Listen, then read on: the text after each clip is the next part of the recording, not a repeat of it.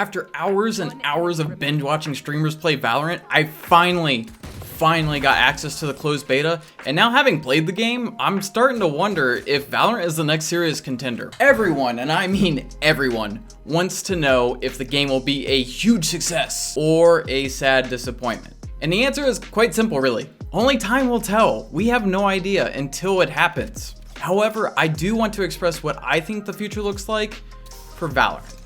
First things first, yes, this game has a ton in common with Counter-Strike. However, I view it as a positive more than a negative. I mean, think about it. Counter-Strike has been around for like 20 years, and it has a massive following. Imitating the gameplay of Counter-Strike is a smart move, as not many of other people have tried to replicate it before, and the gunplay really feels exhilarating in that game.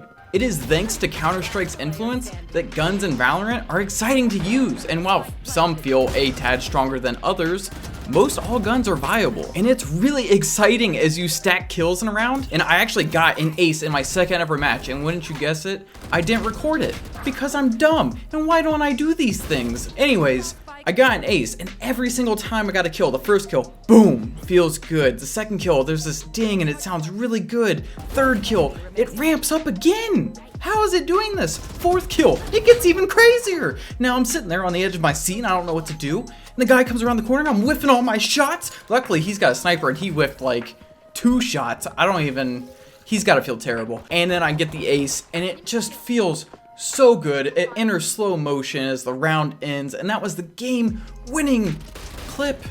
If it had been, it would have been if I had recorded it. But the point is that it feels amazing. The guns feel great. The sound is great. Everything about this is great, and it's thanks to Counter-Strike. Had that game not existed, Riot wouldn't have looked at it and been like, yeah, that makes for a great gameplay. I also greatly enjoy how pistol rounds go, and I enjoy how the economy works. It's something you've only seen in Counter-Strike, so it's exciting to get a new game that kind of uses the same exact system. The devs stopped, they recognized a game that people greatly enjoy, and they asked, how can we improve upon this? How can we make this our own? And the answer is agents. Agents is how they begin to make it their own. And let me tell you, they did a fantastic job making the agents and their abilities. Most abilities I've used feel useful, and nearly all agents can find purpose in a match. However, it's not perfect, and some agents are definitely more niche than others. My 2 favorites at the moment are actually Sage and Raze. And ironically, they have 2 totally different playstyles, which is, weird that my 2 favorite, they're not even the same. Sage is considered more of a support, as she can heal her allies or herself, and her ultimate can actually revive one down teammate. She also has access to a big AoE slow, and she has a giant ice wall that can totally block off a line of sight and even prevent people from passing. If you want to break it, you gotta dump like half your clip into it. Sage's abilities feel extremely useful, and she's very useful in almost every situation. And I know the art style in this game has received a lot of criticism, but I legitimately like it, and I think that Sage has some of the more stylish looking abilities. Now you got Raze on the other hand, and she's more of an entry fragger or a slayer, if you will. Her sole goal is to find targets and destroy them with whatever methods necessary. You could be using an explosive robot that hunts down your target, and as soon as it's scanned, it's like boop, boop, boop, boop, boop, poof, and you blow up. Then she has like these little C4 satchel charges things that she throws. This is how I do it in game. I just throw them. I haven't gotten a kill with one yet, but you can use it to launch yourself up onto different platforms. So that's interesting. Then she has a grenade. You throw that grenade, it blows up, can kill somebody. I've gotten it plenty of times, but then it has little grenades, little baby grenades that come out of the big grenade. And those can kill people in an area. And then she's got her ultimate, which is probably my favorite in the game so far. She can create a rocket launcher out of thin air and just shoot at somebody, and it kind of knocks her back and displaces her, which is kind of nice in a way because you can dodge somebody's shots while you're firing it. I actually did it in one of the clips on here, and you just hit a big area of effect and it just kills anyone near it. It's fantastic. Love the character. Again, all the abilities feel useful in their own way, especially the rocket launcher.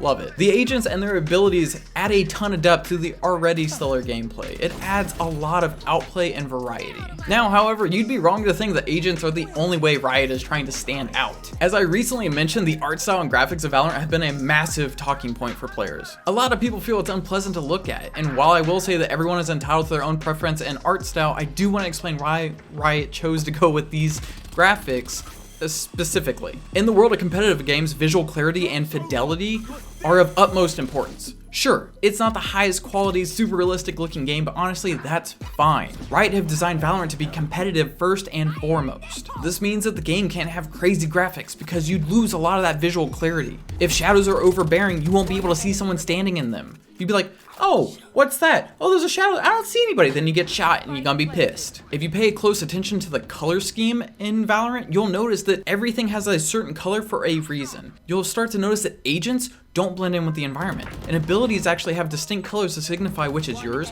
your allies, and the enemies. And it's actually designed in such a way that if you're colorblind, like myself, it's actually not hard to tell things apart. But just in case it is, they do have colorblind mode, which is fantastic. The fact of the matter is, the graphics they chose allows for a lot of people to play, as it's not intensive on your system, and honestly, most pros, they turn their settings on low anyways. They want to make sure that they're getting the most frames and that nothing is blocking their visual clarity. Nothing is ruining the fidelity of the game. They want to make sure they are as competitive as possible. And that's why I believe they've gone with this decision and why I think it's perfectly fine. At the end of the day, Valorant is a great game thus far, but it is not without its flaws. Of course, there are some guns that feel slightly better than others. There are some agents that feel a tad bit more viable than others in more situations. There are a few bugs, etc. The list goes on. But most, if not all, popular esports games have had similar issues or still struggle with some of these issues. I mean, we're looking at games like Rainbow Six is fantastic and it's really blown up, especially this year. But let's not kid ourselves, Rainbow Six has a lot of issues that Riot has already stated that they want to tackle in this game. Stuff like cheaters, which is super prevalent in that game. Again, Riot aren't strangers to balancing a never-ending game that's also super competitive. And it's because of their previous experience and their previous knowledge, or their newfounded knowledge rather, that I think if this game continues down this path, Valorant will be the next serious contender for one of the most popular esports of this decade. And I'd be willing to put out a video swearing on it, because if it's not, I'm gonna feel really dumb. So I'm not gonna do anything more than put a video out. Thank you everyone so much for watching. After spewing my thoughts out at you, I'd love to hear what you think of Valorant thus far down in the comments below, please. Remember to subscribe and ding that itty bitty bell button. And of course, tippity tap that like button. Until next time, my name is ThymeShock, and you've just been filled in. Okay, I've got to stop watching Philly D. I need to come up with my own outros. That was theft. You just saw theft right there. That's not okay.